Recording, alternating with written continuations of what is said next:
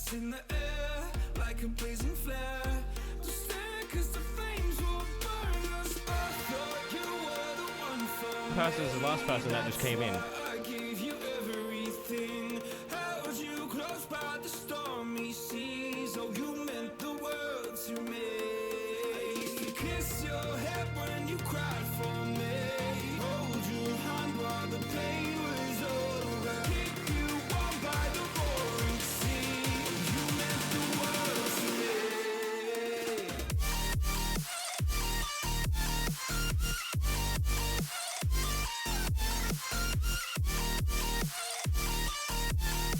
Oh, you meant the world to me.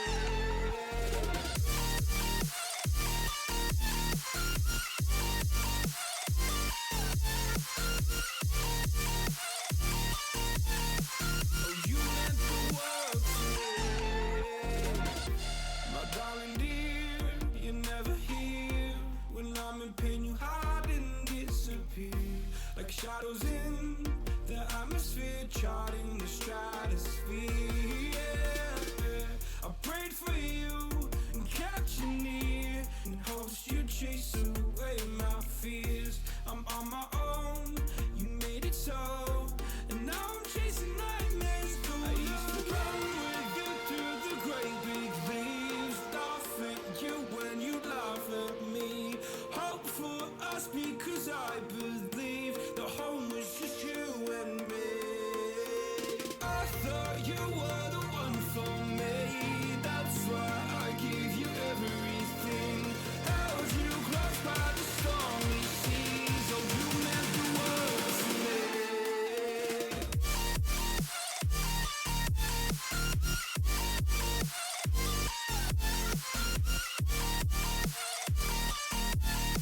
Oh, you meant the world to me.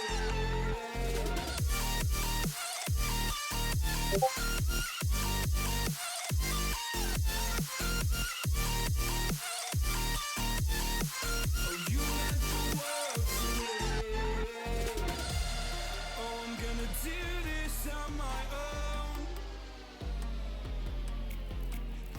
No point in blaming you, you did not know. Oh, I thought you were the one for me. That's why I gave you everything.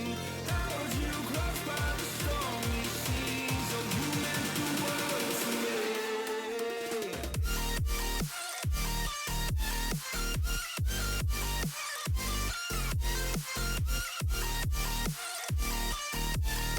Oh, you meant the world to me.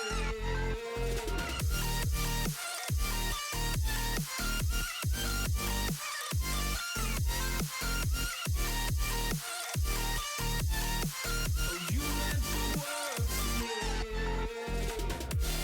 Oh, I'm gonna do this on my own. No point in blaming you, you did not know. Oh, oh, I'm gonna do this on my own. No point in blaming you, you did not know. I thought you were the one for me. That's why I gave you everything. Held you close by the stormy sea. Alright, g'day. Tuesday's stream, we'll be working on Azure functions, durable functions. Okay, that's a bit better. I'm just going to do a quick audio check, make sure that's looks sounding good. Yep, cool. Alrighty, we are good to go. Just slot that around. Hope the audio is alright. Let me just check, make sure that the music's not too loud. Audio is alright. Let me just too loud. Audio is alright. Let me just.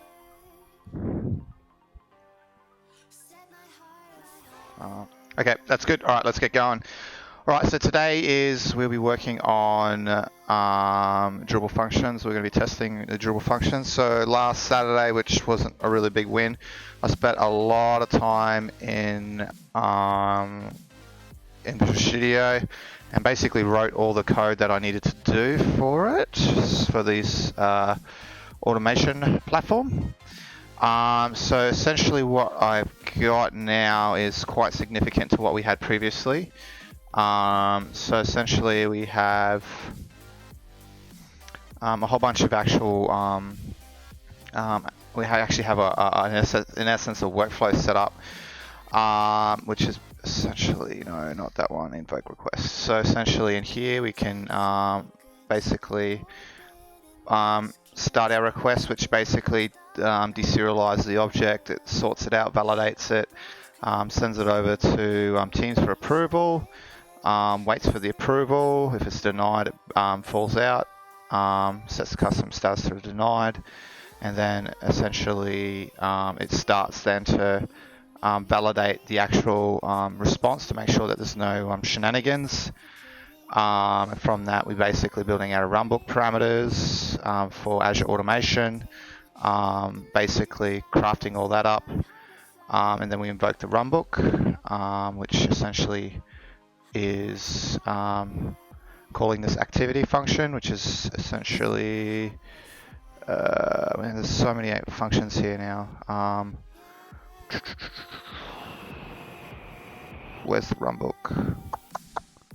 Start runbook, and this basically goes ahead and calls the runbook. So let's leave it there. And first thing we need to test more before any of this is we need to test the initialize. So essentially, this is what returns the configuration to the client, and we need to make sure that this is working. So I've just kind of set some static environmental variables in here. The key thing we need to test is token validation. So I need to test to make sure that our claims principle is working. And by doing that, the way I need to do that is basically get a token. And the way I can generate a token is in here. Let me just close this down. Close. Actually, keep that open because I'm going to need to mock with that. My idea is to mock with, I've got a custom form here written, which is essentially just a static form. But under the hood, we have a whole bunch of, we're using Microsoft's Adel, okay,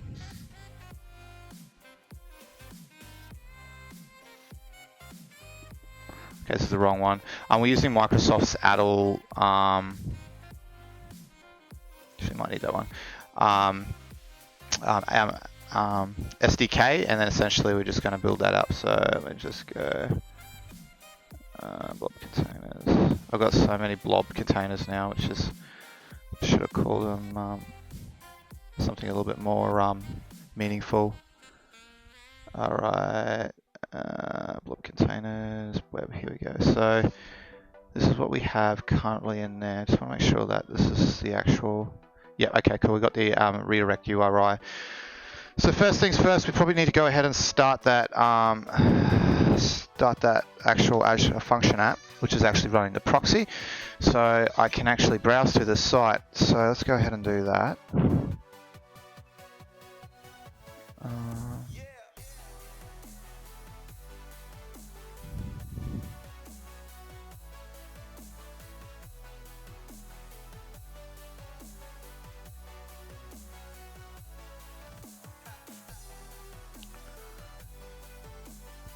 Nope, it's not that one. So, I just have to look at my resource groups. PS live streaming. Okay, so get PowerShell Michael. I just need to find the one that I'm actually deployed to. I don't think it's this one. I'll start it, and if it's not, we can just go ahead and stop it. Problem is I can't see the proxies without actually starting it. I don't think it's this one.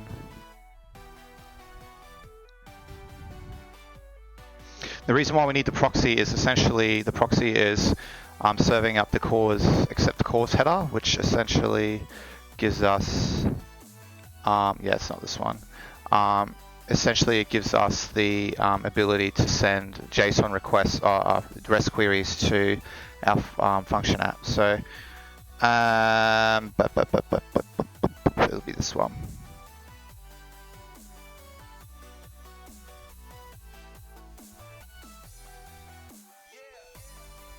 Let's go ahead and start it.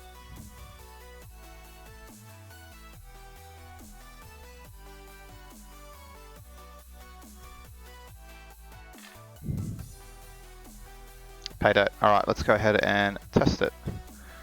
Alright, so first things first, we should be able to go and browse to our random site. It doesn't, literally has nothing in it. So inspect our elements. Okay, waits only valid at async functions and async generators. Okay, let's work out what we have in there. Let's just forcibly refresh. Now let's have a look inside the actual... Okay, it doesn't look like it's actually loading the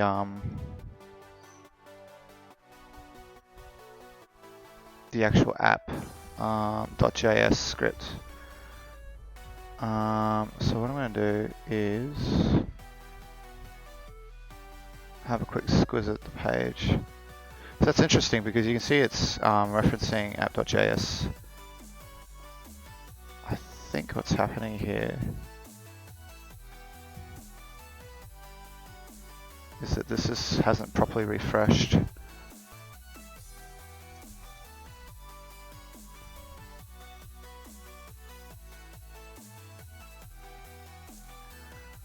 Why is it? Shifting control F5. My keyboard's broken at the moment, which makes things very, very frustrating. Okay, so that works. Control F5.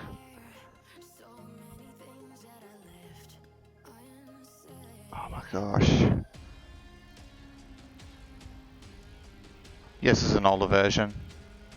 This is an older version. 100% is an older version. Because that is an older version of ADL. And then it's referencing some random things that don't even exist anymore. So, fun. Alright, so what we need to do is...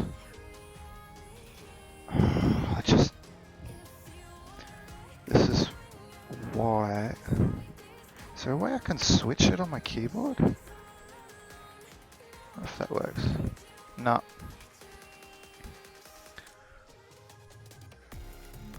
This.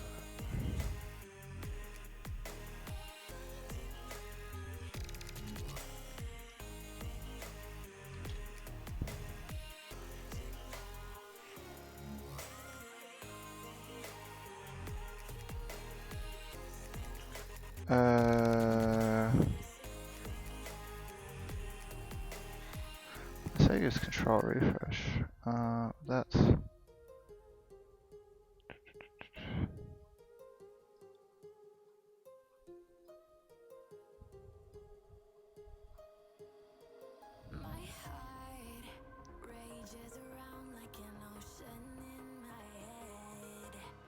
Control F5, yeah, that's what I'm doing. Control F5.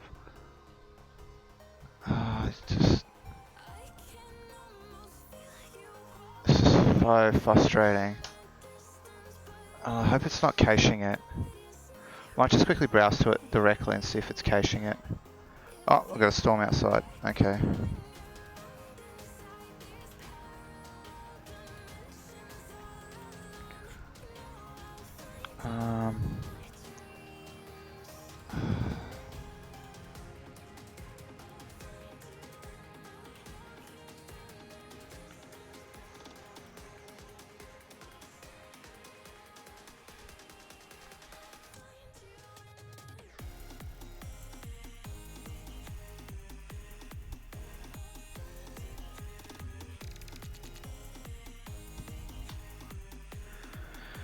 Doesn't look right, but no, it's still not right. This is frustrating.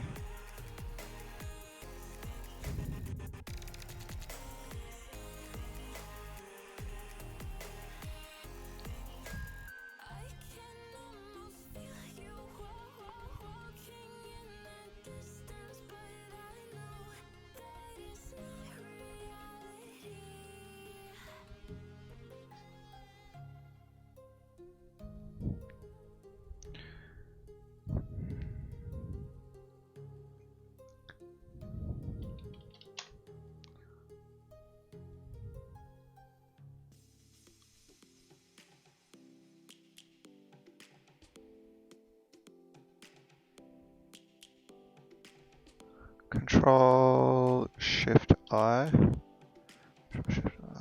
Yeah, okay. See the settings button top right.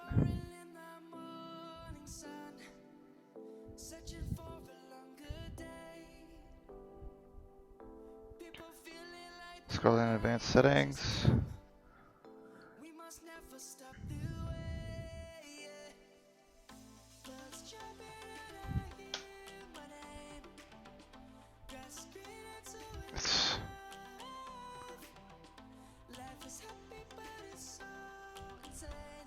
G'day Adelia, how you going?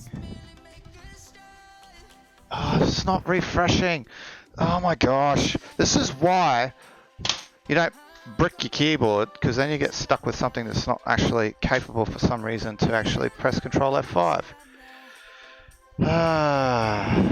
Off to the on-screen keyboard, see if I can get it to...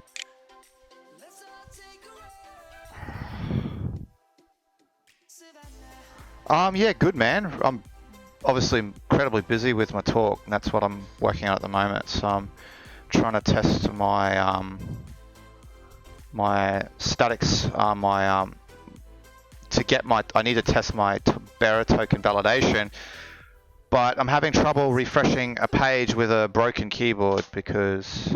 Oh, I said not broken, but I need to press F5 and it's...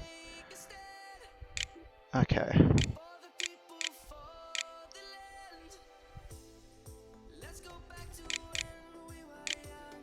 I think I got it. No, still not transferring it. F to play respects. That's... Why is it... Okay, I'm gonna have a look at this. I think it's actually not even uploading the site properly.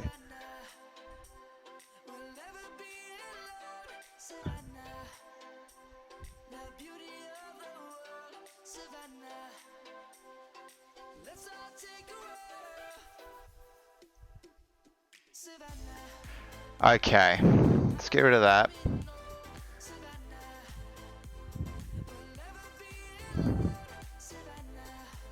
Again, for some reason.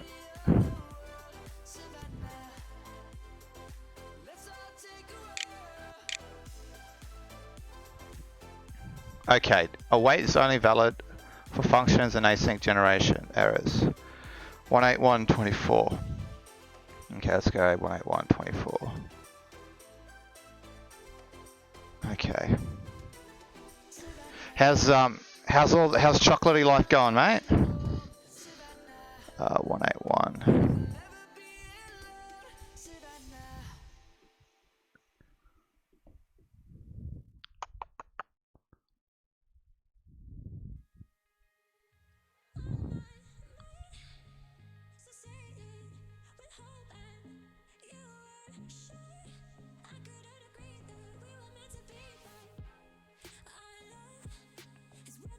Submit request. Is submit request even getting used? I don't think it is.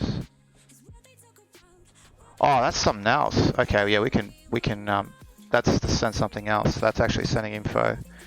So what I can do now is let's go ahead and refresh this and see if that fixes it. 5.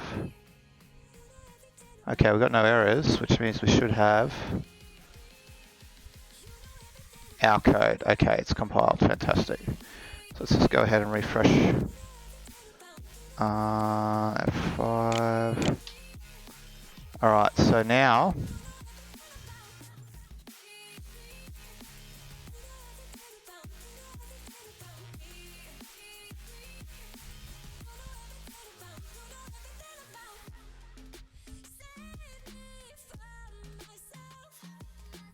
let's drop a breakpoint on that. Right there. Okay, let's go ahead and refresh again.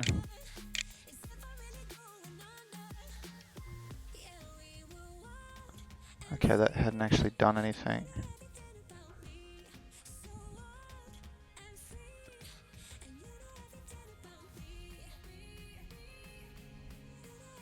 Why is it should... Oh, don't tell me I have to actually trigger it. But the document's ready. So I'm gonna drop a breakpoint on that. And I'm gonna pause on exceptions. Let's have a look at it.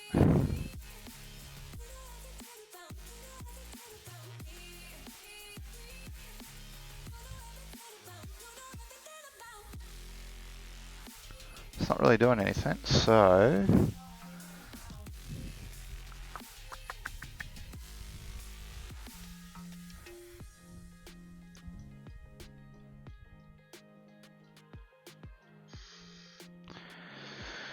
alrighty. If that's the case, why is it not playing ball? I might just drop a breakpoint here.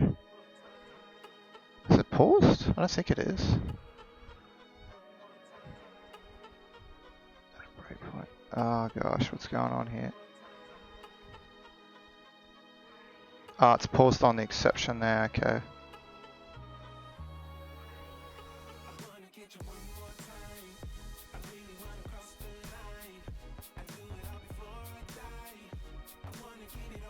Okay, it looks like it's actually running. So if login type is pop-up, it is. Let's step in.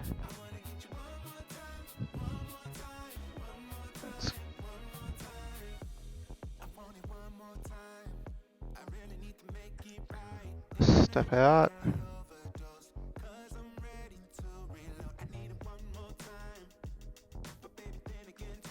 So it said it needed to acquire a token and initialize.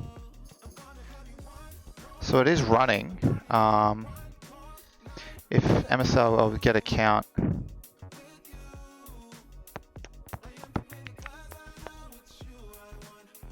So let's hit that, have a look at that.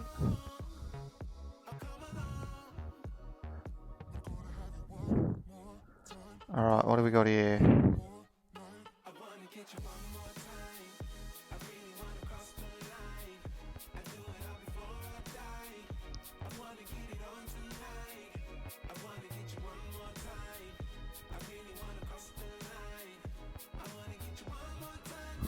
What am I missing? Okay.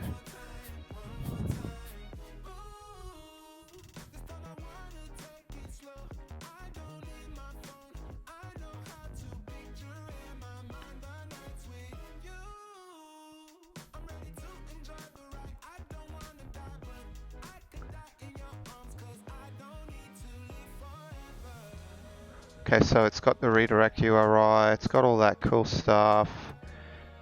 Cache is fine. Client ID, yep, okay, fantastic. And then it's getting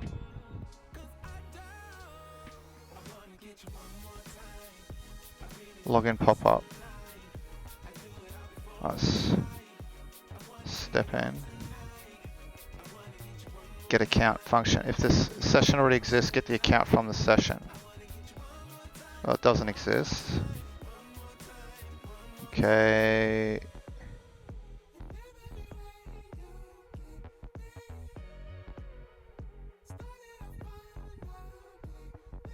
If login's not done, return null. Okay, so it's going to return null.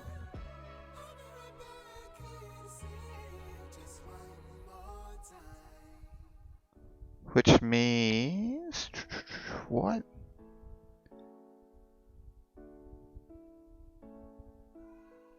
Alright, I think I'm going to have a look at the YADL code, because I think what's going on there is... actually, I must see if I can zoom this in. Can I zoom that in? I think I can.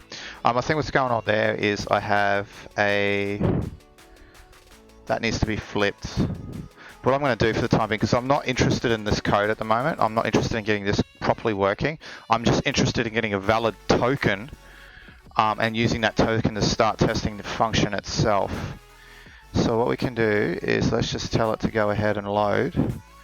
Let's jump back into here.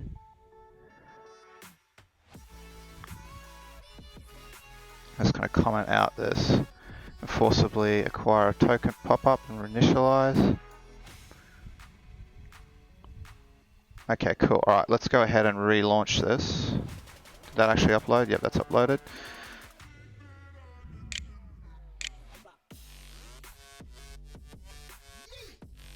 Okay, now it's paused on that. Let's now step in.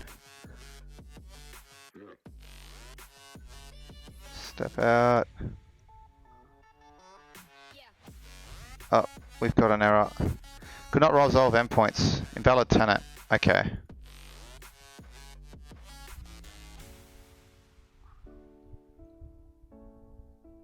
Client ID. Authority. Ah, that's why. Okay, so let's fix that. Oh, I don't know what my authority is. I need to go find my authority. Tenant info here. This is your tenant info. I have no bloody idea what it is. I have to quickly Google it. Let me quickly drag that up there. Tenant. I need 3 screens. Get tenant info.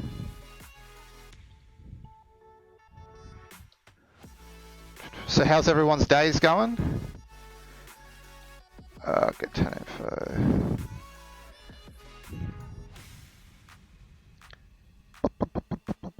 Is it the ID? I don't think it is.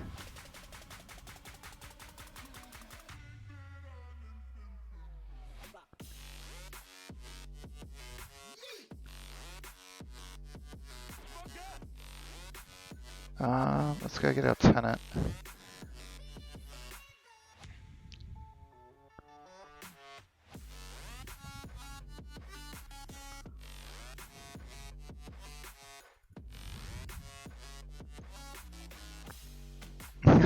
Got some stickers going.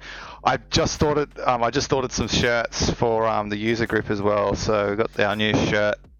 I've got to go through the design process, but yeah, I'm not sure if I'm going to do another shirt order. Not for another year or 2, I reckon. It's a bit stressful. Okay, why the dealio is this? Where the bloody hell can I get it? I've just literally... They want the tenant info.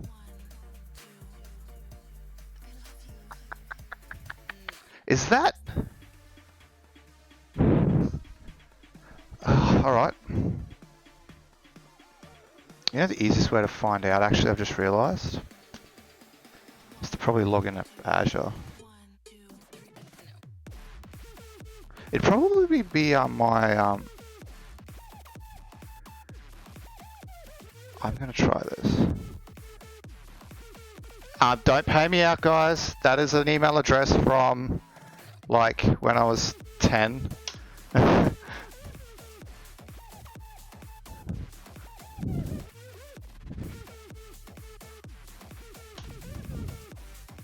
That's not it.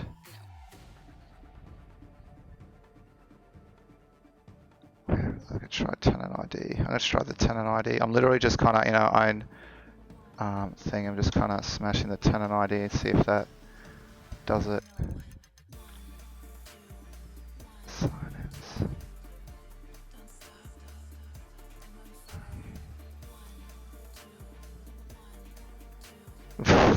Yeah, it's so terrible. I feel like I'm like this. It's my Outlook account, which just got like I don't know, like my Outlook account, okay, my Hotmail account, which I never used, got transferred to my Outlook account, which then it just kind of it didn't really work out well. That didn't work. Get tenant info.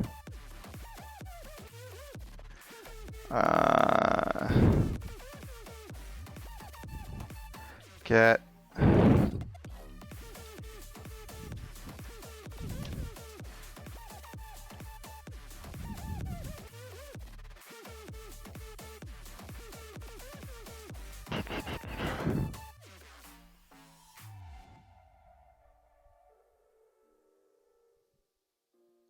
where is it?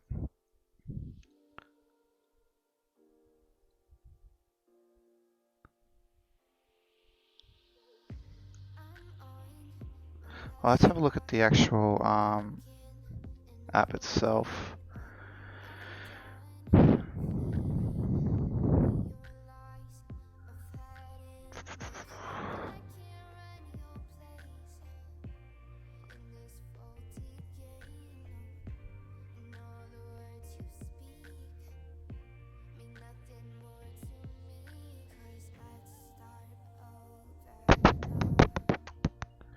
I'm guessing it's that, maybe? What is it? Login, Microsoft Online. I'm gonna guess it's one of these. Like, I'm just using the, I'm just using a literal guess here because I'm not entirely sure. I'm guessing it's the ID. Let's give it a go. Let's restart this.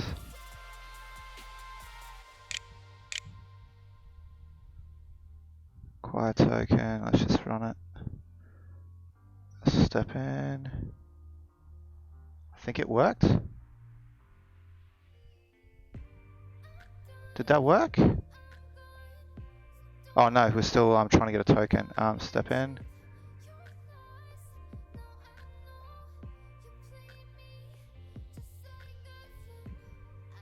Looks like it's running. Do we do console? Oh, something's happening. Tackle a new operation failed due to a timeout. Auth error. Interesting. Security permission denied to access property MSL on cross-origin object. I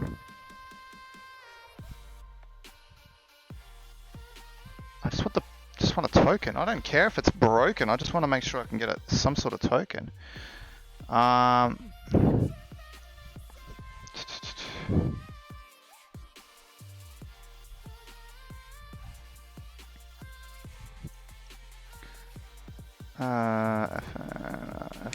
F5. Alright, so first things first. Oh. Hey Christian, how you going, mate? Just decided to jump in and say good day. I'm actually going to remove that. How's the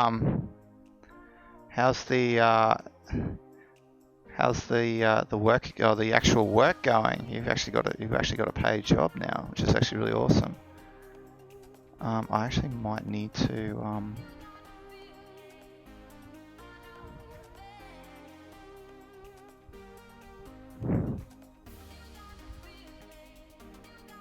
I feel like I might actually need to set. Okay, it's 122. 111.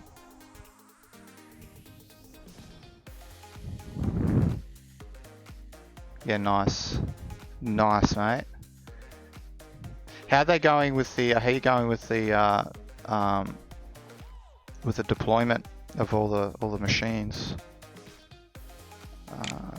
5.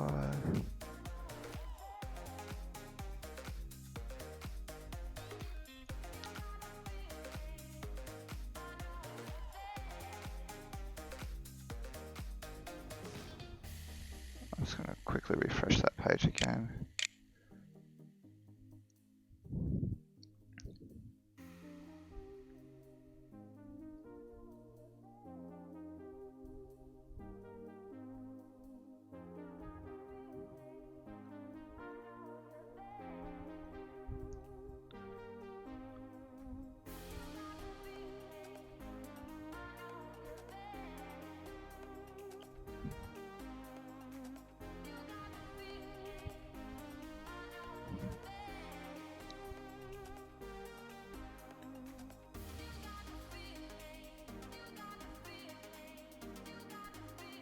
Both null. Is empty, which I think they are, so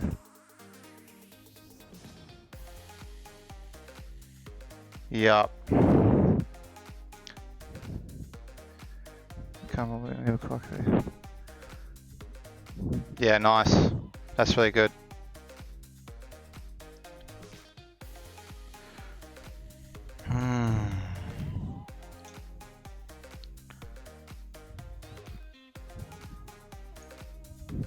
I'm gonna put that back. Force this, see if I can get a token.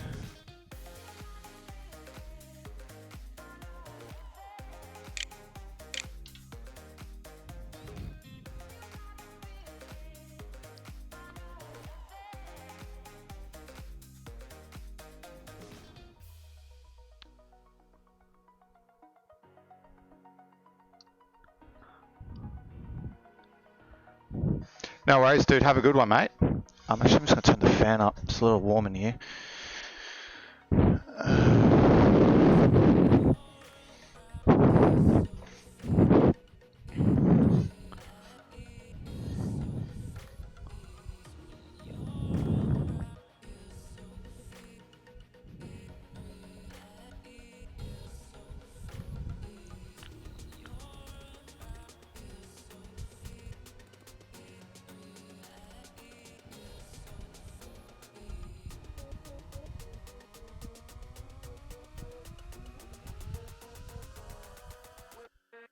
Permission access property, MSL on cross object orange. So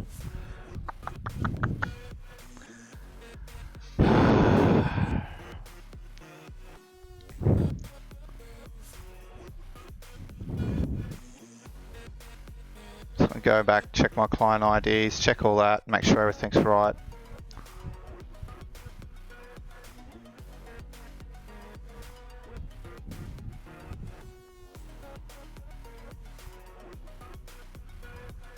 That's right.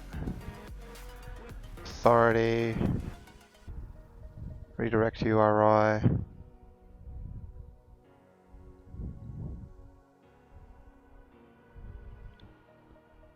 Yep, it looks right. Alright. Off to the documentation.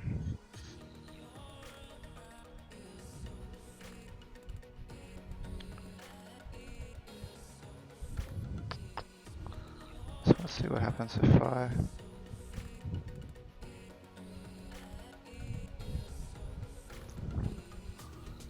Okay, so I think what we need to do now is I'm going to go have a look at their documentation.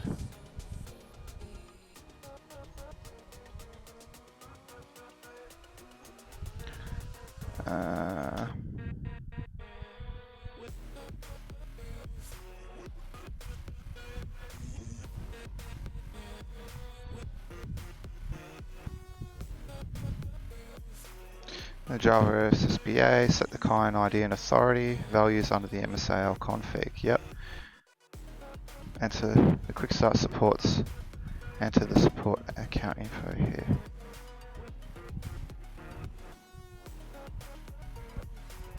Application ID is client ID, the tenant info. It can be account supports your tenant ID or tenant name.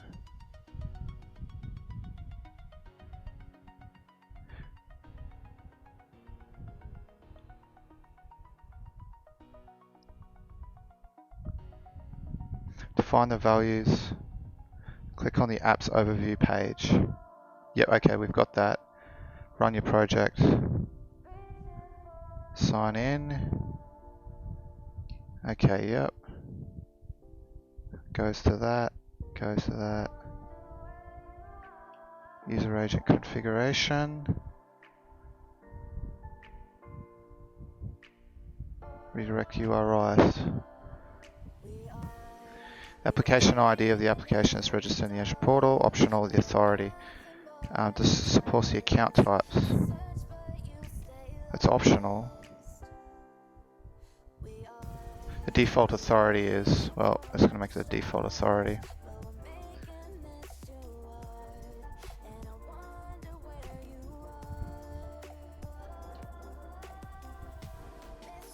Let's see what happens. Cache location sets the values as auth, yep. Library location.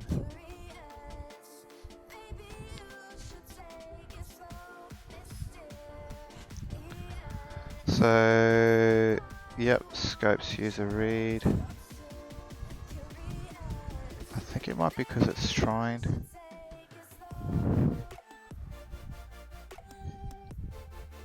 It might be because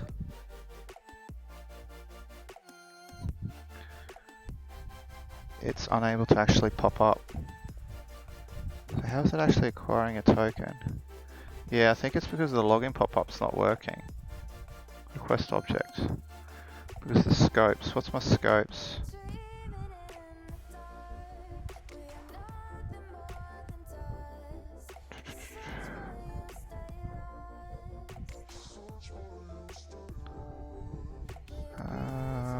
Where's my scopes.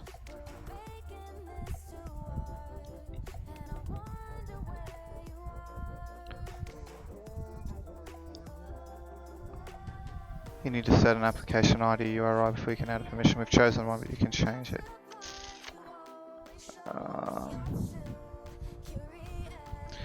Define custom scopes to restrict access to data for functionality by the API. Okay, we need to go to the parent. All applications. This one.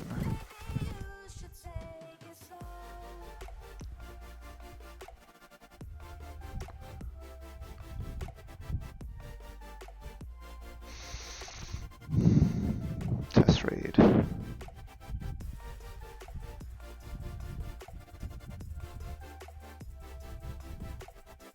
Oh, user impersonation. Should I just give it and test read?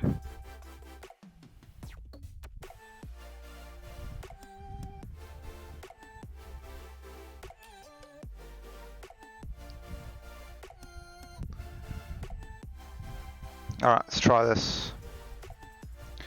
So let's go ahead and refresh.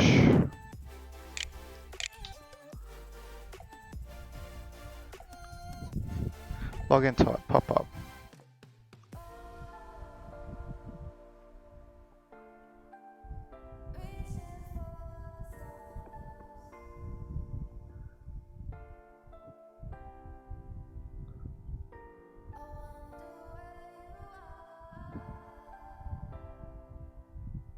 MSAL login pop-up request object.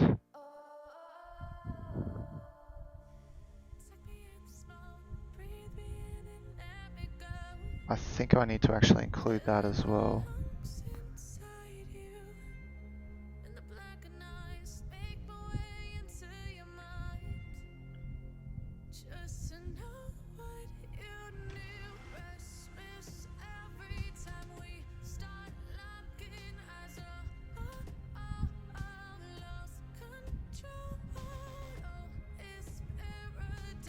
Acquire token pop-up and initialize. Where's that?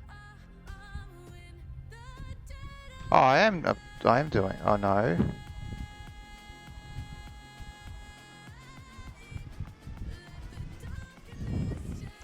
think I also need to include that.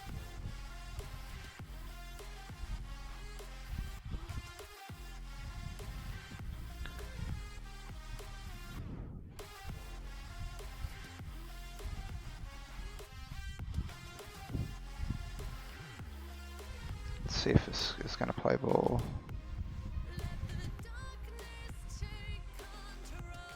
Yeah, it's going to fail. Turn him off. Let's go ahead and refresh. Control F and F5.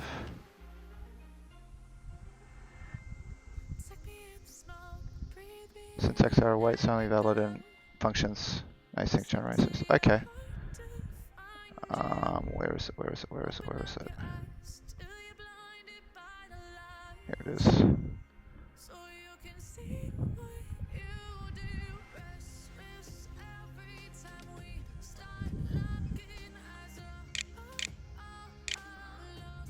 Ah, we got a pop-up.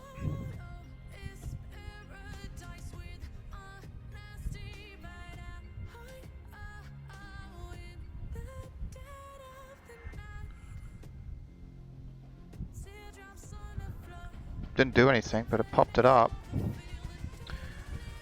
Let's continue and see what happens. Okay, looks like we're playing with ball now, so let's go ahead and try and log in. I'm just going to use my test account. It's not attached to anything. And see how it goes. So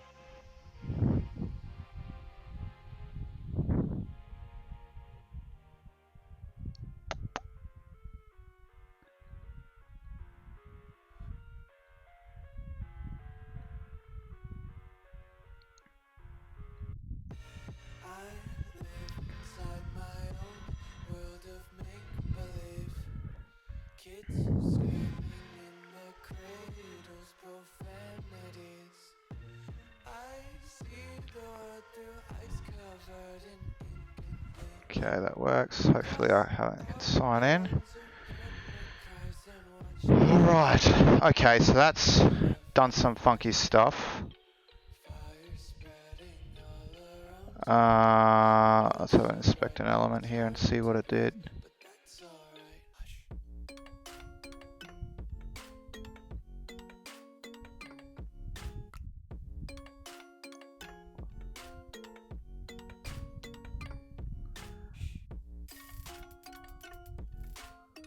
Did we get a error? User cancelled the flow. Okay. Let's just remove all breakpoints. So we can just refresh.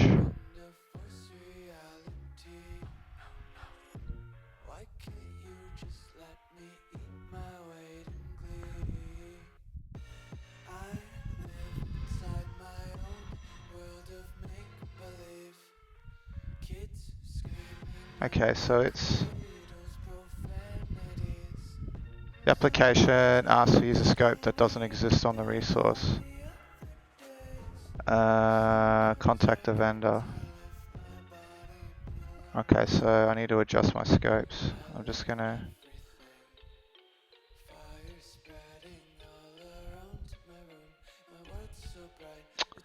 I'm just gonna go read.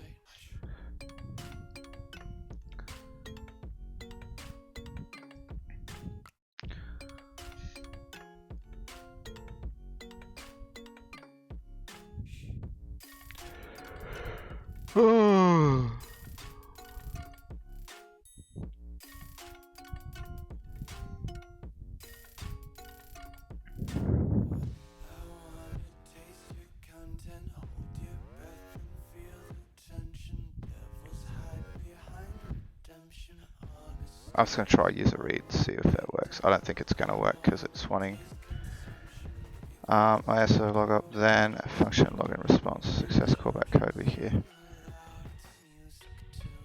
Login pop up. Is there a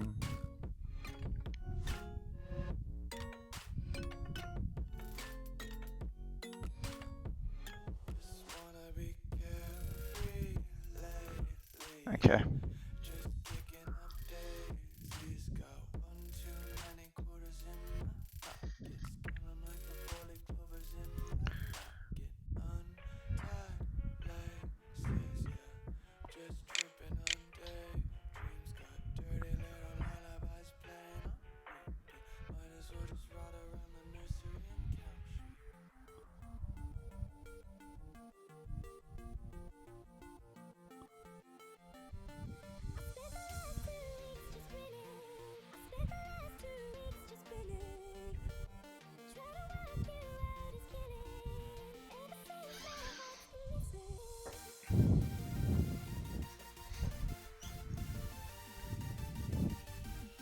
Permission denied, access to property, MSAL, cross-origin object.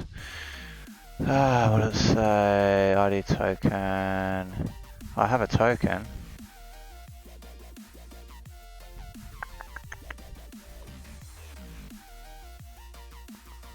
Obviously the scope's wrong, but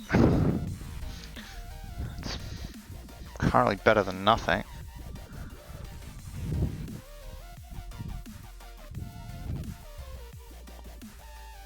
I'm gonna quickly go back to settings.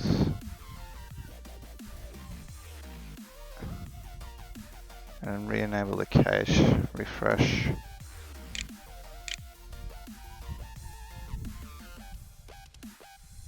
It's interesting it's popped open too.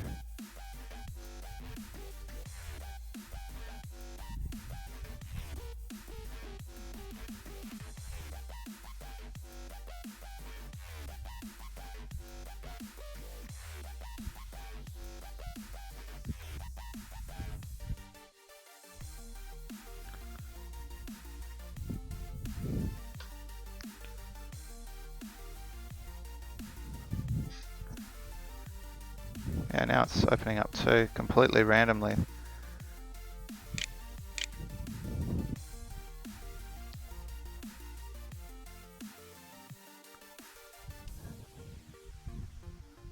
Let's then. Is it not?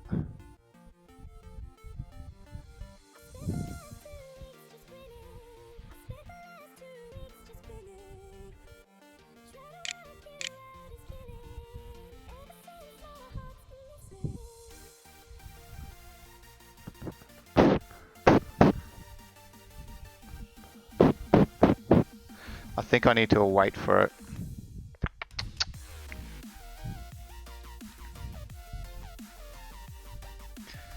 Okay, I need to make some code changes.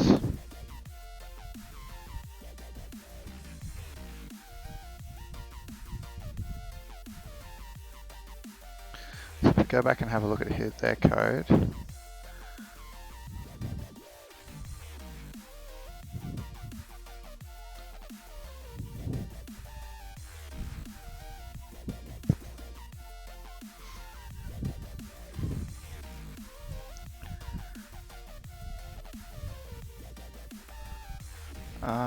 It's down here, so what I'm thinking of doing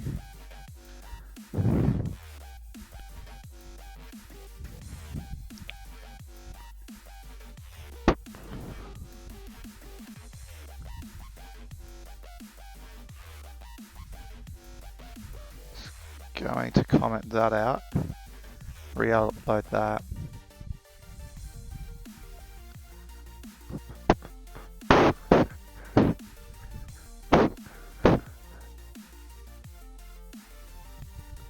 Let's see what happens.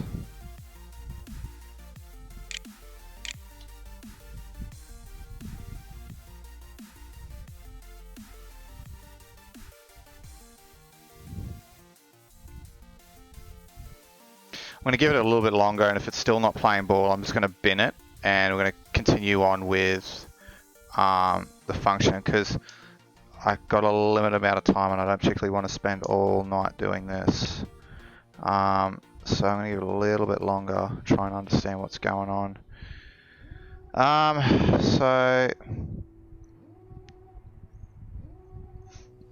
I'm going to close.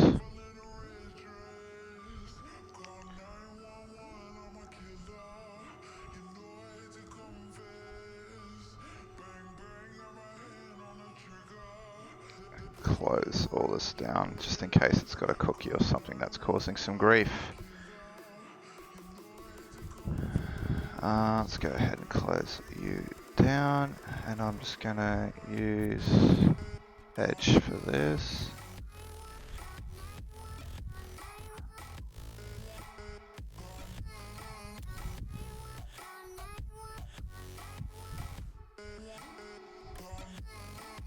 I forgot what my just totally forgot what my URL is.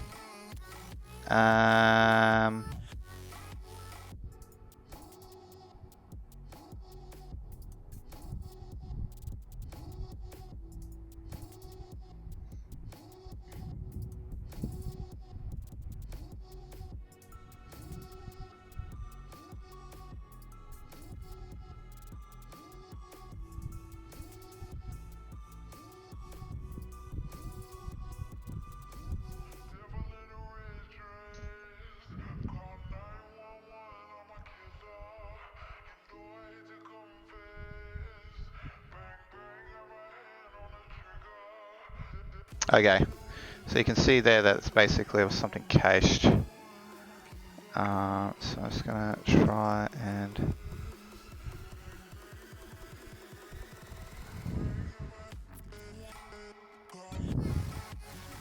looks like it's opening up a second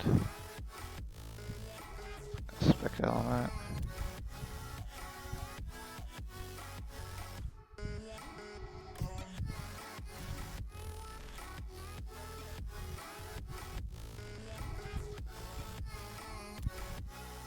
Alright, I'm going to leave it for the time being. It's not important, but it's something that we need to troubleshoot. So, just going to turn this down off. And we'll continue troubleshooting our function. Alright, so we have an initialize function which contains an Azure function nested within it. Oh, sorry, a PowerShell function nested within it. So let's go ahead and open that one up.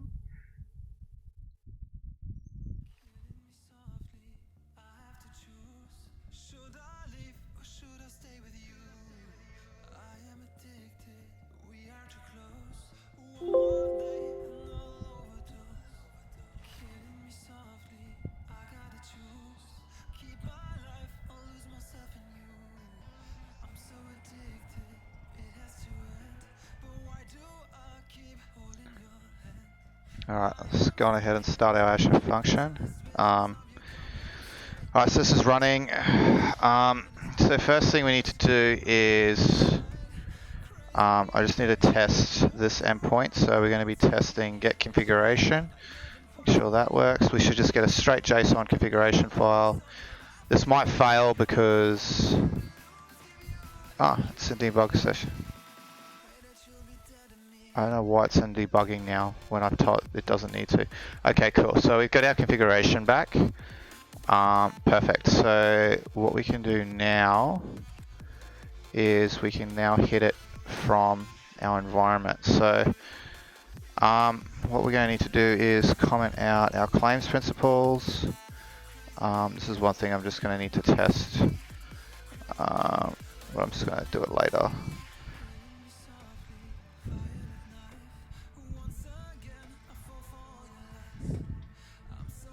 Alright, so I've done that. Get configuration URL. So I'm thinking I'm going to change this. App settings.json. Get configuration, and then we're just going to go see localhost.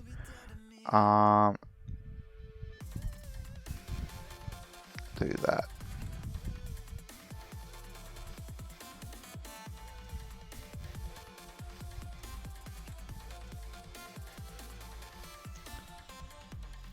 Like so we can validate that.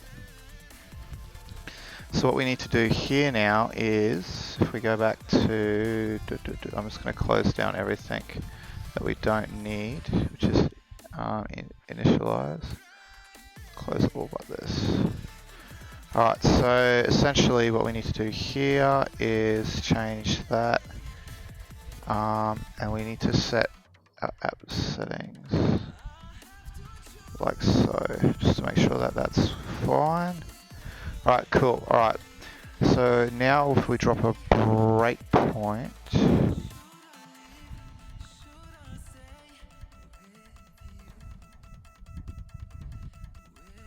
so it triggers that.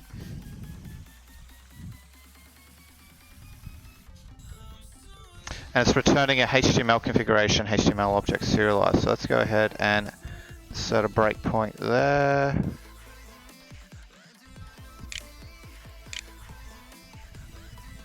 Let's go ahead and start it.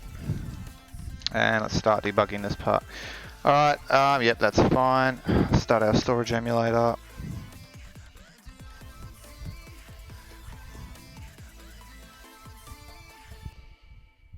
So the first thing we need to hit is our initialize. That's fine. I need to clean that up. So the way we can do that is do this. Alright, so we've stepped all that. Now we can start stepping in. So let's start debugging this. Oh god. I feel like we just hit an exception. Oh, come on. You're in historical debugging mode. No. Turn on live debugging.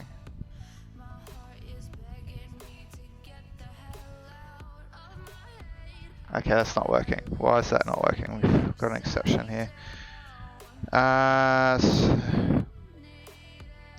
Exception thrown.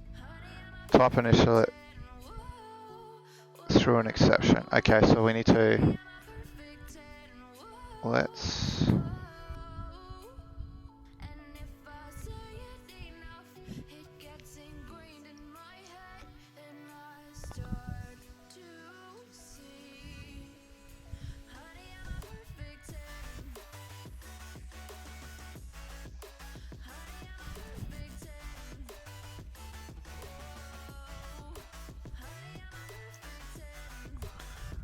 Alright, so we're going to re-trigger it again this time and find out if we can work out why it's failing here.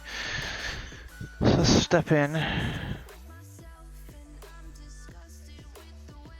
Okay, that's failed.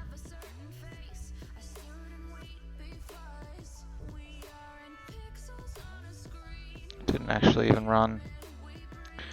Why is that not working?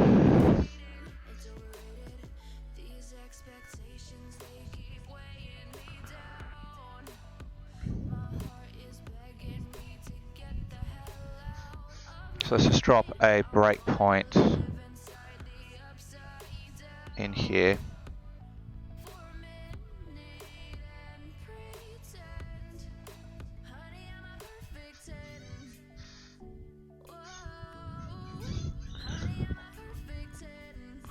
Let's re-trigger it. Step. Okay, so get config.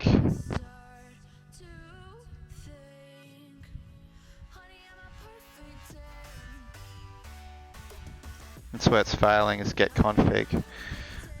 Where's got config? Okay, so that's here. So let's drop a breakpoint in here. Insert breakpoint.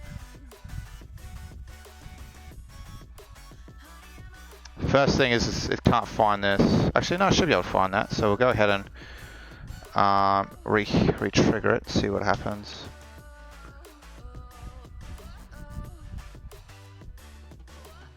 Just gonna stop and restart it.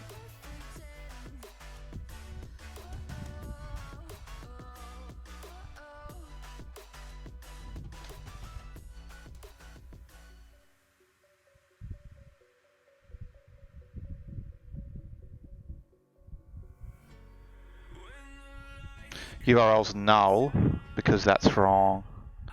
So let's fix that up.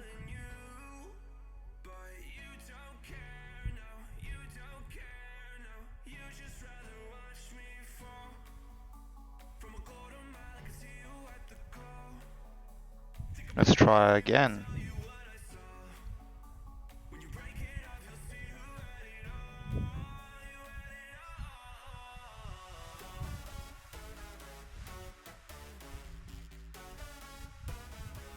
Got a URL this time.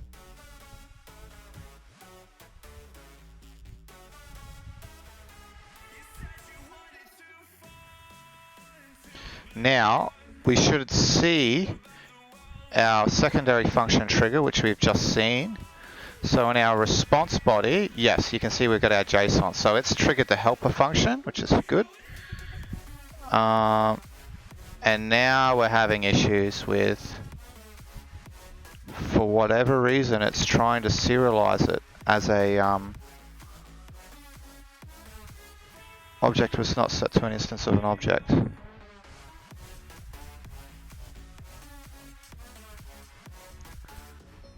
Oh, I think I need to update the configuration builder as well. I'll quickly do that now. So I've got an external DLL that I've written, which we need to remove and re-add. Just going to break everything and re-add it.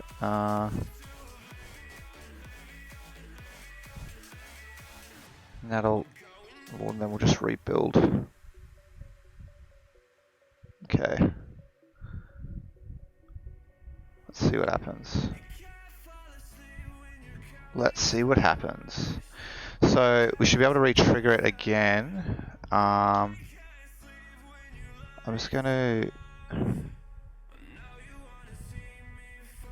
step in so we can remove this breakpoint, this breakpoint.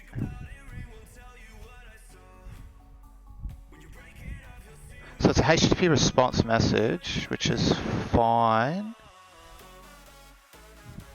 Return response body. That's type string, which is fine. Why is it calling Azure Automation Runbook? Hash table, hash table, hash table name, name. I think it's already trying to deserialize it. So what we can try and do here. Thanks for the raid, Core Bob. what we can do here, I need to have a look at my code now, so let's have a look at our, hey mate, thanks for the raid, dude. Let's have a look at why it's doing that. So I actually have a sneaking suspicion it's because if I jump into my helper function, and let's have a look at our configuration. So essentially the way that this works is actually really cool. So you have have configuration defined as hash tables, and it essentially translates that into a C# object, which the function can use. So it's really quite cool. I'm just passing it with PowerShell at the moment, but yeah, it's pretty cool. So it was runbook name.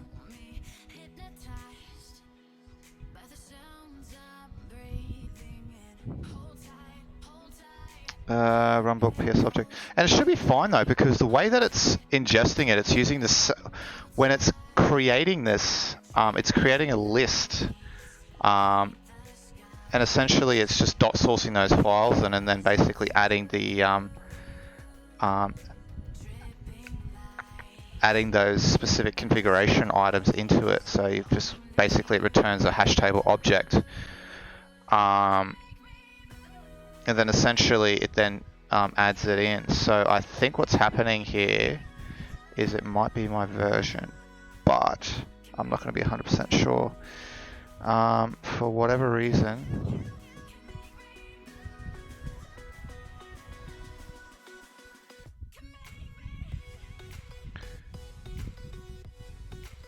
HTML configuration. Okay, why is it?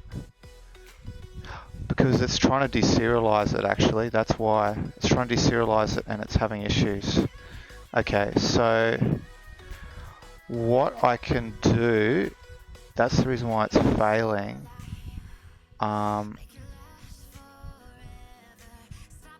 Which is interesting because it was the object that built it. It should be able to just natively deserialize it.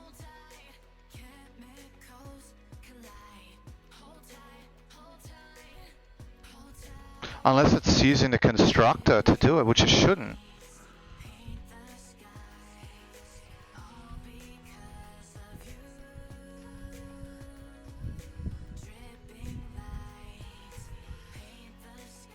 It might want, where's Azure Automation Runbook? Is this?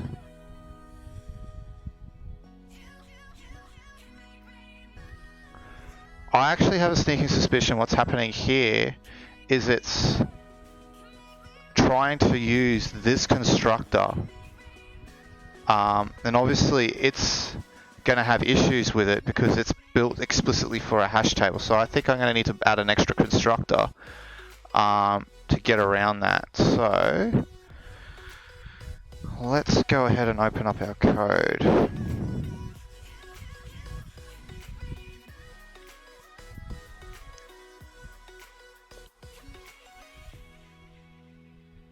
Let's just go ahead and add another constructor. I'm probably going to have to restart everything. No, I won't. I don't think I needed to do this, but who knows? It might want it.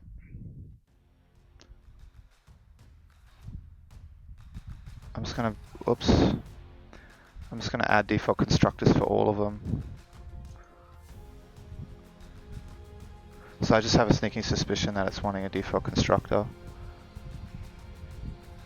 Automation, HTML object.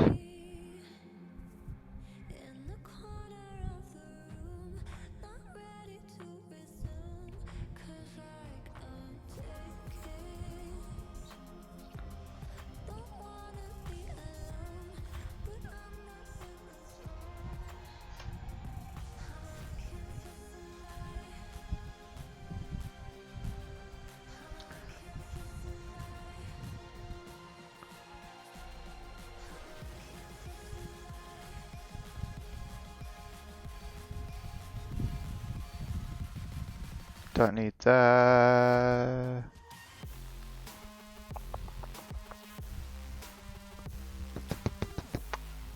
Don't need that.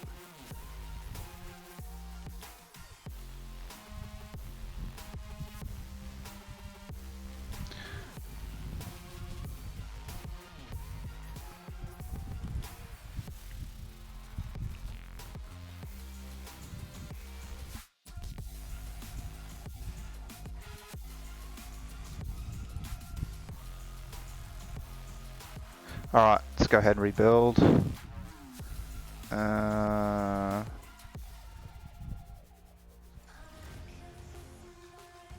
Just need to go to that DLL, grab that DLL, and put it in my project directory because my other PowerShell code actually uses it. So,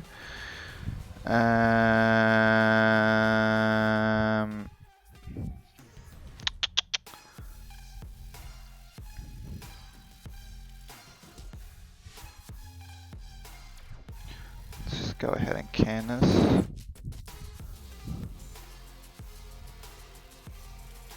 Okay, perfect. Let's go restart our function. Waiting for that. Let's go ahead and re-add our DLL just to make sure that it refreshes.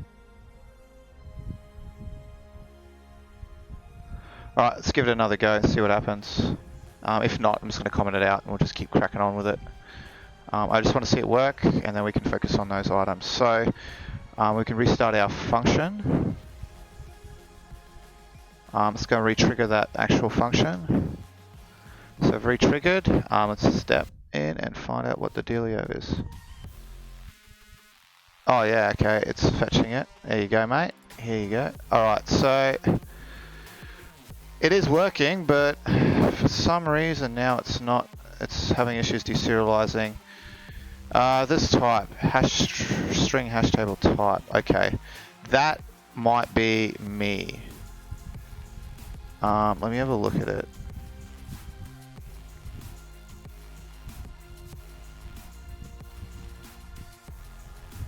No, it's fine. Type's there. Hash table's null. Obviously, because there's nothing in it. It's trying to... Okay, I think we're going to stop that. And we need to have a look inside here. Let's just put that on a to-do.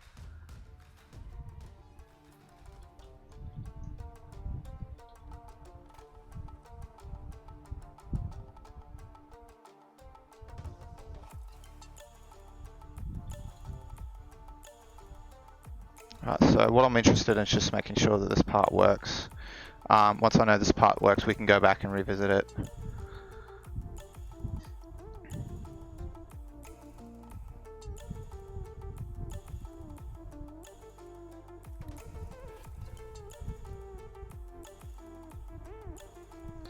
Looks like that worked. It looks like that works, so... Oh, we're getting what the... Actually, no, it hasn't fully returned yet. There we go. Okay, perfect. Alright, so it looks like it's having issues with deserialization. Interestingly... I'm just seeing what's inside the... Okay, so it's actually not fully handing it over, so let's have a look at the deserialized response. So if we hit this,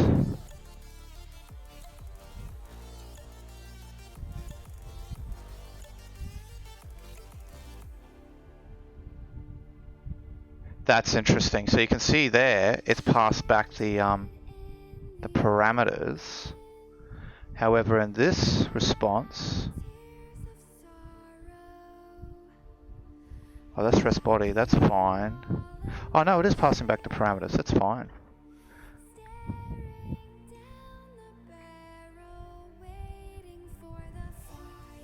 That's interesting. So it is working. Where it's having issues deserializing now is on the actual thing. So we've fixed that part, so we pretty much got a working function with the exception of those two significant things, which is claims principle. We actually need to test that, and I can't test that until I can get an actual token working, which I'm probably going to have to work on that throughout the week and get that fixed.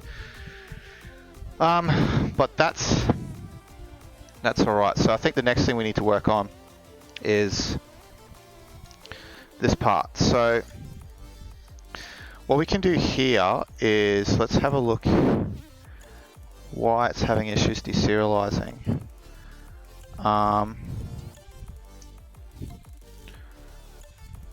Just drop a breakpoint on that.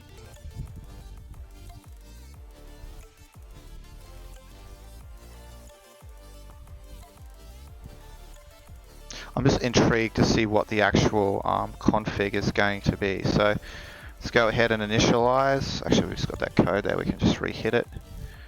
Okay, so that's triggering my function, which is probably in a doing something, is it? Where are we at the moment? We're somewhere. I think it's...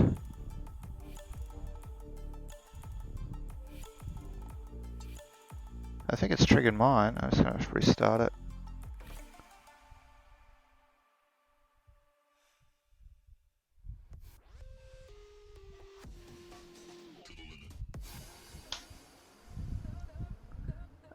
Let's try to refresh it. Okay, so it's doing something. And it's not doing anything on this side. Did I actually trigger the right one? Yeah, I've triggered initialize. Oh, interesting. Okay, let's just... Oh my god. The old right-click pausing execution on the actual console gets you every time. Alright, so let's have a look at our... Okay, so this is our object here. I'm actually just going to test and see if we can deserialize it. I'm going to try and just do it in PowerShell. I'm just going to use the IC because... oops. It doesn't really matter, it's just using something that I can work with quite quickly. Quickly zoom it in for everyone so they can see. Convert from JSON. Let's see if this works. It's pass error. That's understandable.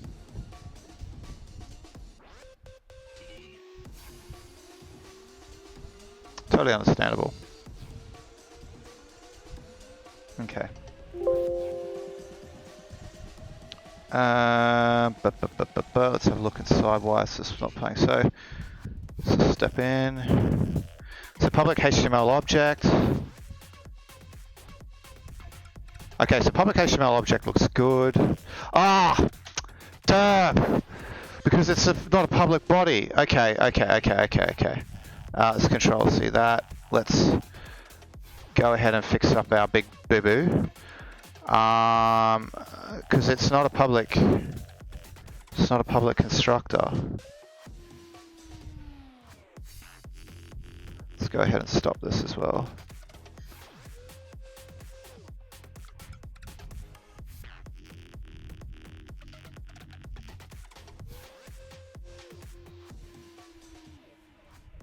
Yeah, so it's not a public. So it by default it'll try and use the first public constructor, which has a type hash table. It has no bloody idea what that is. So we need to have a default constructor. Just check the rest of these to make sure that they're good. Yep. Okay, let's go and rebuild. Go and find that DLL, and we should actually have a deserialized object, which we can actually peek into and have some awesome. That'll be a good win, a good little win for today. We've got data coming in and out. Rebuilt my thing. Let's go ahead and close that. Just reload my assembly. It shouldn't matter. I might just rebuild the whole project. While we're doing that, let's go ahead and restart our function. our helper function from PowerShell. Let's go ahead and start this. So what we can do here is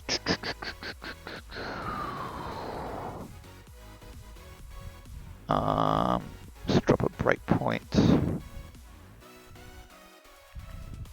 Yep, we've got a breakpoint. Cool, let's go ahead and start it.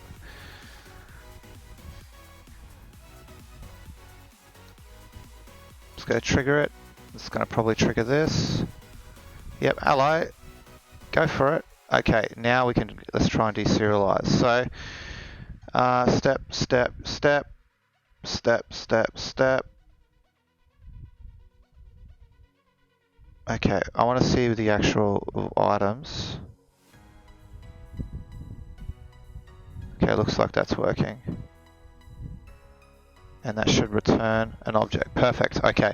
The next thing we need to do is test that, make sure that that's actually functioning the way it should function.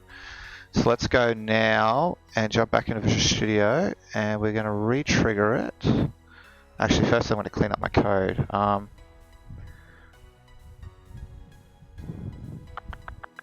Just going to close everything again because I'm confusing myself, and I'm probably confusing everyone who's watching.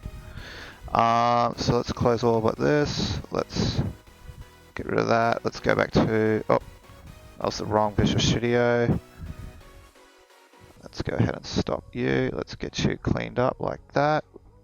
We actually don't even need that, so we can actually go ahead and return that like so. It's actually really cool. I saw this from the claims, or some claims code that I was looking at.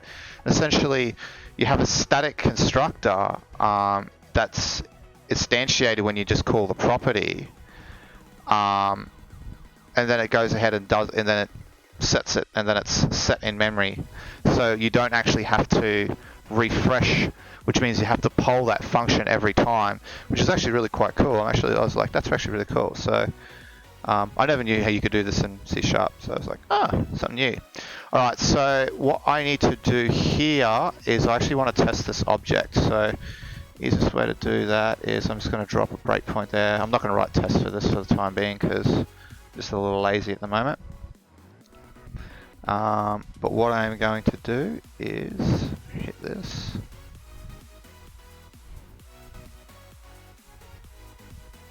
Okay, so I want to see what HTML object. So we've got a counter 2. We've got a serialize, and I just want to see what's inside here. So we've got parameters. Do we have parameters? Yep. So there's our parameters. There's our HTML ID. There's some bits and pieces there. Sweet, sweet, sweet. Actually, let me just add it as a watch.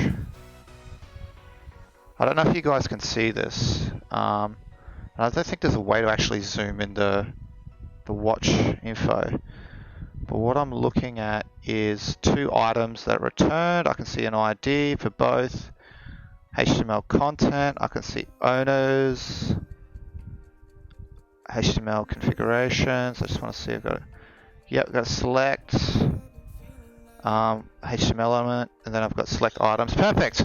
All right, so that's the first part done. I think what we need to focus on now is continuing. And let's start thinking about how we're going to mock some data to send back. Alright, so what we've got here now is we've done the initialize. So the initialize obviously is the configuration that's needed to build the portal or build the endpoint or the client, with exception to the claims principle, which I'll need to work on. The next part is the actual durable function itself. So if we head over to invoke request, so this is the actual HTTP start item. We can see again we're validating claims. I'm just going to comment this out because we can't do it at the moment. So essentially this is anybody's game. And then we're just going to go to do test me. Alright. And then we're going to trigger our invoke request. We're going to start that instance up. And we can drop a breakpoint on here. So essentially we have our orchestration in here now. We're going to validate it. So I'm just going to insert a breakpoint. We need to actually mock this. So let's go ahead and look at this. Let's go ahead and pick our definition.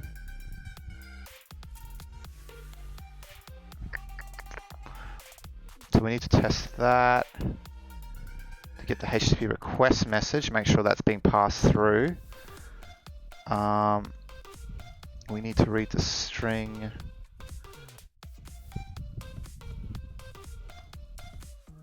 Make sure that part's working. And we need to deserialize it, add user context. Okay, I think I've done that, but we will see. Alright, so I think what we need to do here is we can just do a post with some static JSON. It doesn't have to be anything special. But what we need to make sure is that the data is being passed through. So these lines here, we need to make sure that we can actually get a HTTP request and that we're passing that content through. So let's give it a go.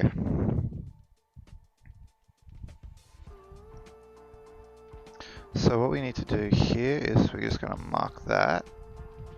We're going to jump into, we don't really need this anymore since we're not at that stage yet. So let's just go ahead and create an empty file.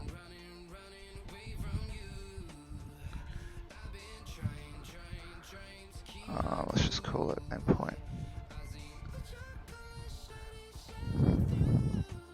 We don't care about the result as per se, but it's going to be quite handy to see what you're going to get back, which is actually pretty cool. So let's just go invoke REST method. Oh, we need a body. Actually, we can just do it here. Invoke REST method. Method post. URIs endpoint. Body is, we're just going to basically say test convert to JSON. Alright, let's just give that a quick execute.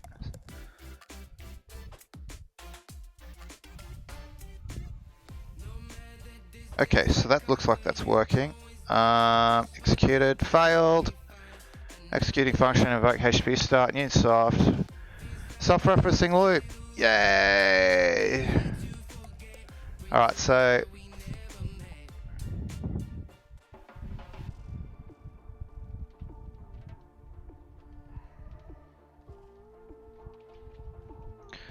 let's just drop breakpoint in here and start that process again.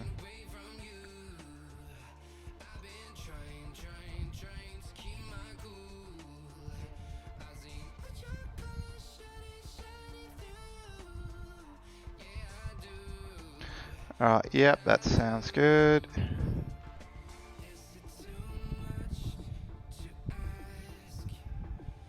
Completely bombed out. Okay.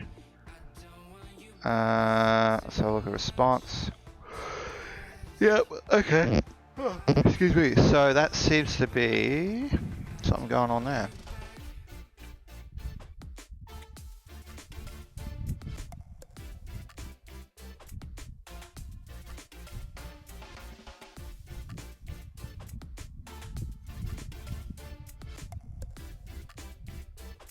Like, and it's trying to pass the request in.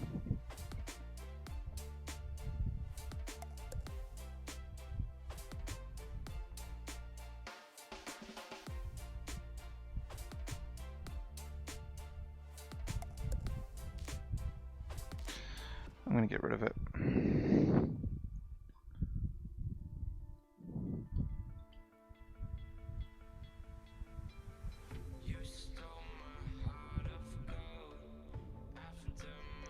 Let's go ahead and restart it. I'm just going to close that down for the time being so we're not getting confused.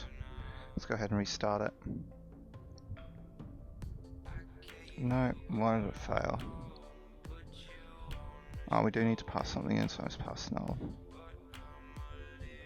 Object input starts a new execution. Okay, what's the second one? String instance ID.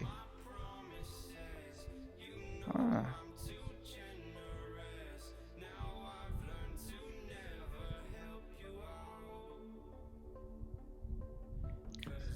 go ahead and restart that.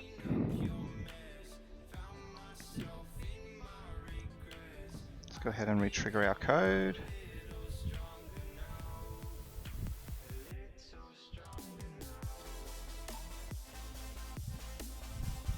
Let's see what happens.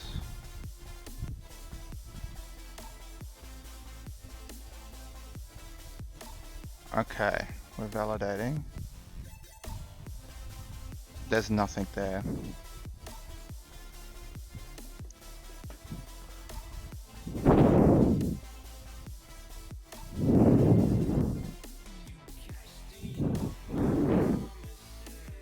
I need to capture that. That's what I need to capture. I need to capture that. Alright, so if that's the case, it needs to pass it through.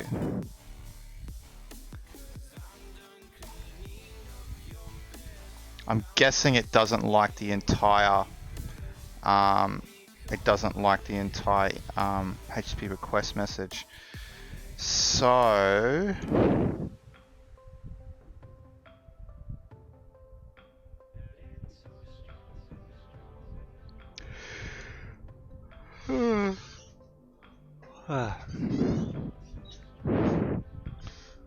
type is that HTTP content. I'm just going to try HTTP content.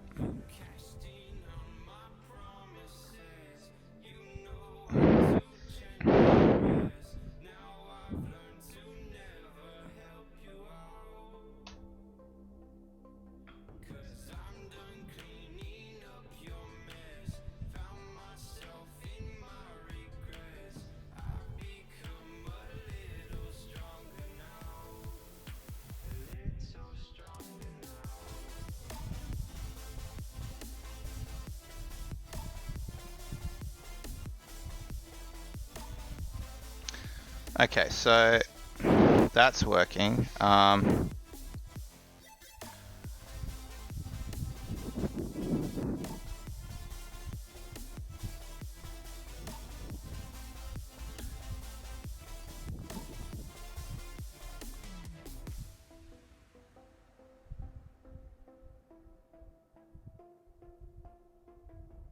What I'm looking at is I just want to see what's in here so I can actually work out whether it's passing it through. Read string async.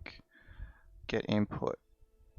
I know that's going to fail because it.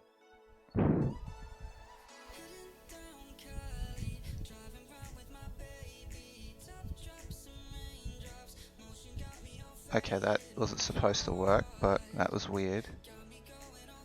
So let's just go ahead and pass the context type. So let's go and have a look at that. What's that? HTTP request message. HTTP content.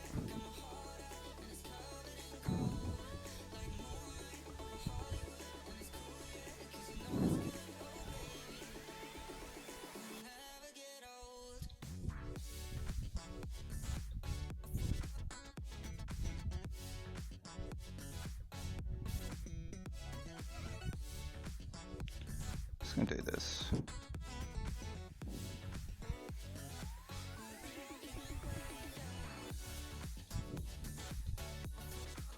Let's go ahead and try that.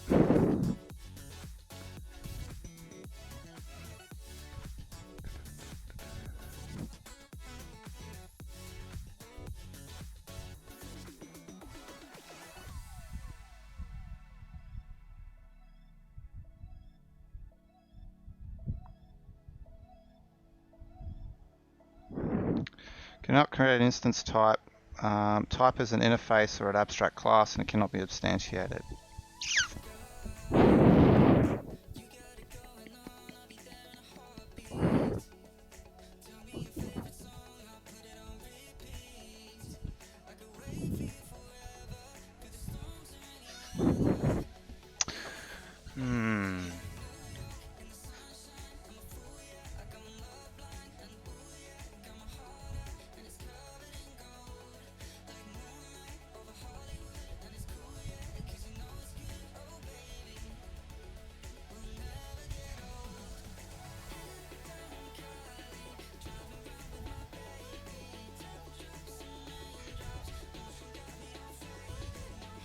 Just looking for any sort of items that we can potentially pass in. It's just interesting because I thought it's actually a little frustrating because can't basically pass that entire item through unless I just deserialize it and pass it through as a string. Alright, let's just try that then.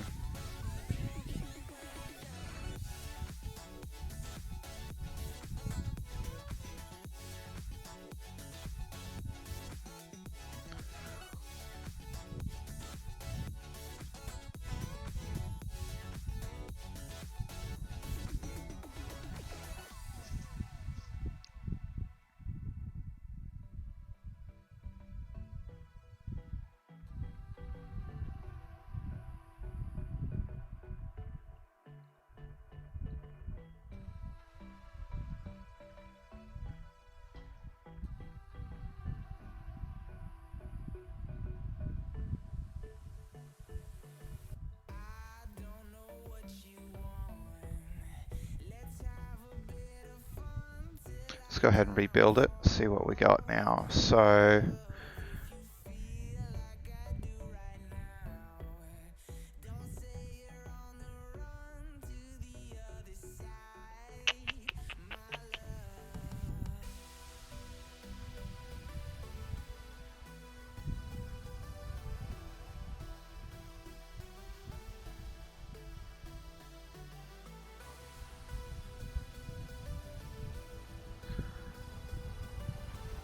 what's the input? It's null. I kind of need to flush that out, so actually let's go ahead and flush my storage emulator.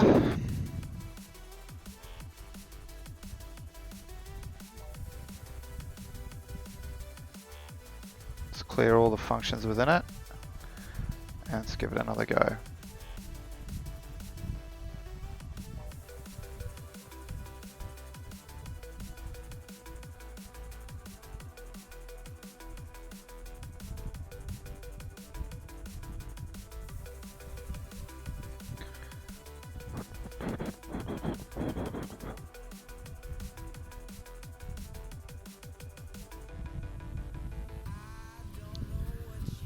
Actually, I'm going to stop it because one of the things I wanted to do, I found it interesting, it didn't actually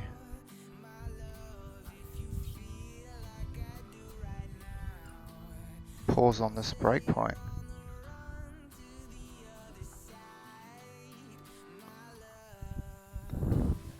Which I find very, very interesting. Why did it pause on that breakpoint? Or why didn't it pause, sorry?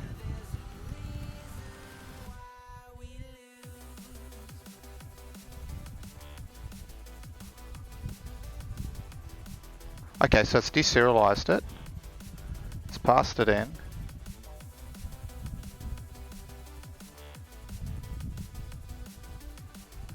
Send a HTTP status OK back to the client. Client's happy.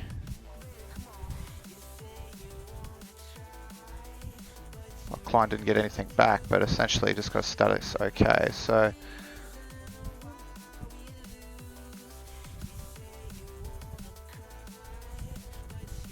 oh, there we go. We finally got it. So it's actually passed it. Fantastic. Alright, so we finally passed our JSON through. Great, that's a good start. Okay, so what we need to do now is we actually need to pass a legitimate response into this bad boy. Again, I'm going to need to clear my storage emulator and clear out all those jobs. So we're not got lingering durable functions. So the next thing we need to do is we need to deserialize it as a HTTP response body. So let's just go ahead and have a look at that class. Just making sure everything's public. We've already did a big no-no, so we need to fix that. Because it won't actually deserialize if we didn't have that. It also needs that. Alright, so let's go ahead and craft this bad boy up. So we got type, selected index value, HTTP response value. So let's create a body here. Let me just quickly shift plus so everyone can see.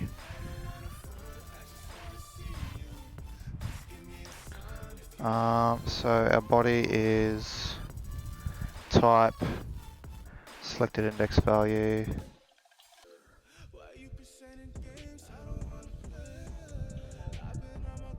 And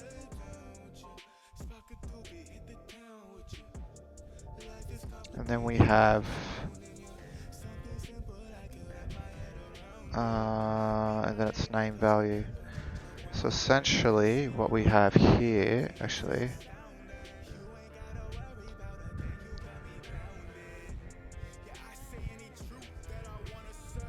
so like so, like that. Okay, so let's go type. So the type will be the configuration type that we have in here. So if we have have a look at our configurations. Our configurations, we'll just use authentication. So the type will be authentication. Let's set that. Selected index value, we're just going to go 0. Then we've got HTTP response body parameters. So it's looking for these items. Actually, no, it's looking for these items.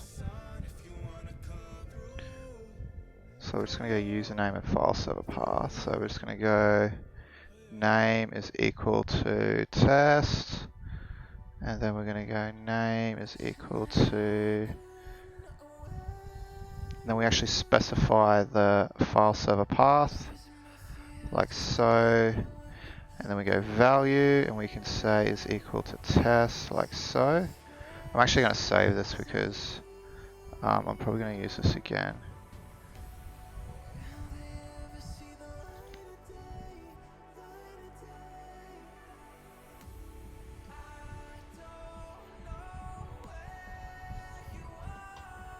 Alright, so we've done that. Now what we can do is serialize this. Like so. Let's just quickly have a look at it.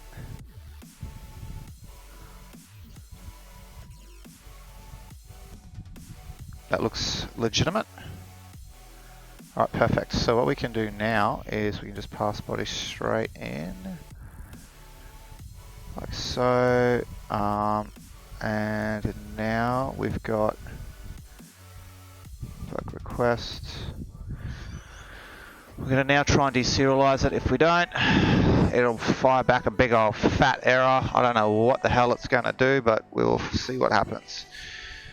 So let's go ahead and touch that.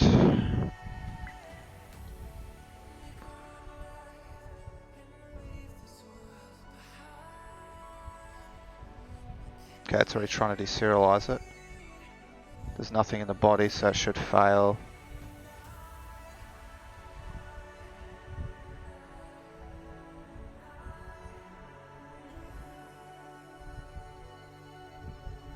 Okay, now there's something there.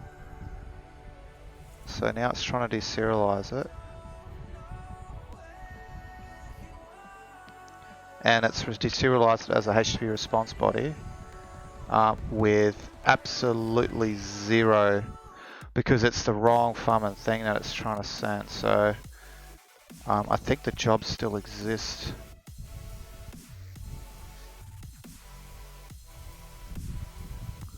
Just going to restart the storage emulator. I think what's happening is we have lingering durable functions, and that's going to cause some beef. So let's go ahead and start it up again, see if that's fixed it.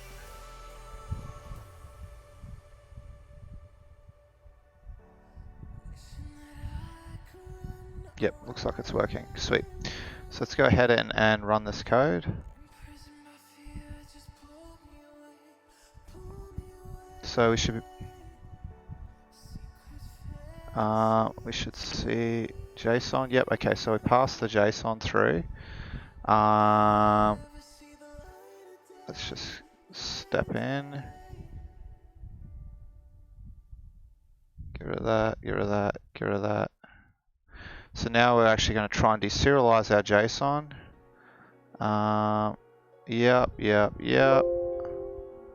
Yep, that's fine. And I'm just going to insert a breakpoint here. We're just going to step over. Okay, so we've got a response body, counter 2, username test. So type is authentication, selected index value is 0. Good stuff. Okay, so that's good. So now we can actually trigger our team's approval card. So we're actually going ahead and creating that now. So let's give that a go. So we've got our instance ID, we've got a response body, and we've got a claims principal. This is going to break because obviously we have no user that we're trying to, it doesn't know who we're using. I think it's just going to have a big old fat error. Yep, it's throwing an exception. It's going to log it, throw an exception. Yep, object's not set to an instance of an object. Okay, so I think we can probably leave it there for today. Actually, I still think it's a really good outcome. We've got the we've got our initialize working, which means we're passing off we're passing off our content into we're passing our content off through from our HTTP. Sorry, we've got our initialize working with the exception of claims, so we can actually get the JSON body, so the the client can build it. In this instance, will be JavaScript, which is really good. We've got the durable function working to an extent, so obviously we can get that content. We basically can post an initial, but we've accepted the JSON, we've deserialized it.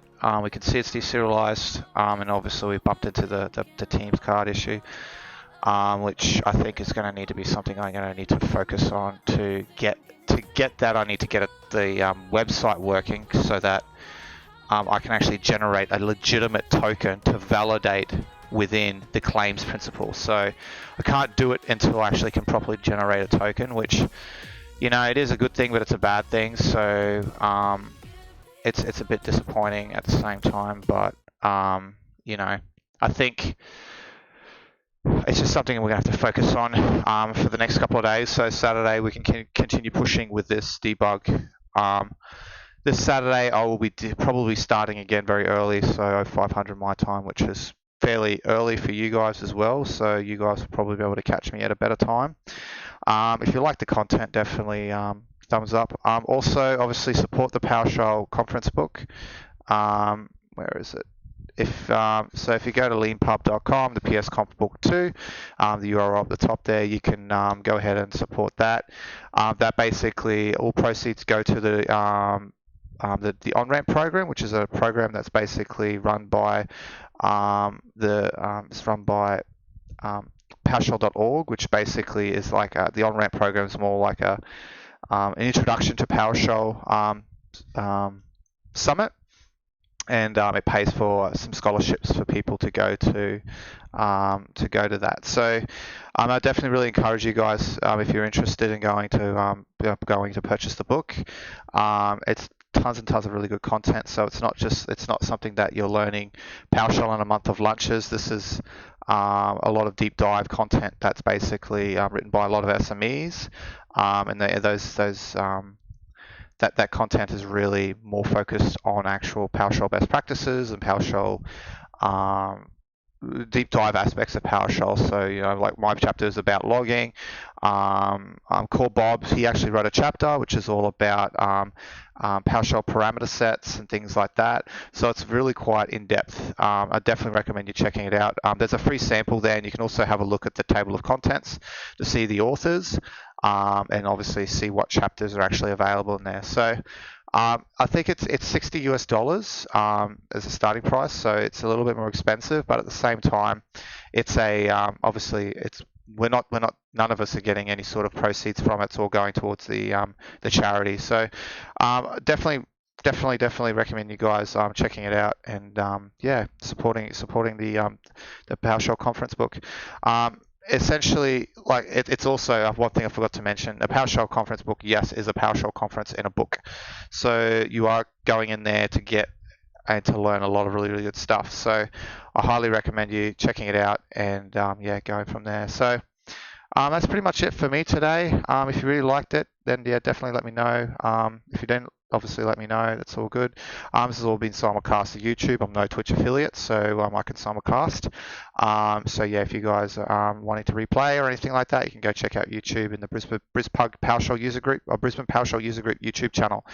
And yeah, so I'll see you guys on Friday. Also Saturday. That'll be Saturday European time, Saturday Asian time, and it will be Friday US time. So Friday afternoon US time, early, very, very late Friday, early Saturday morning, and for Europe, and obviously early Saturday Asia Pacific. All right. Anyway, guys, see you guys then. Bye for now.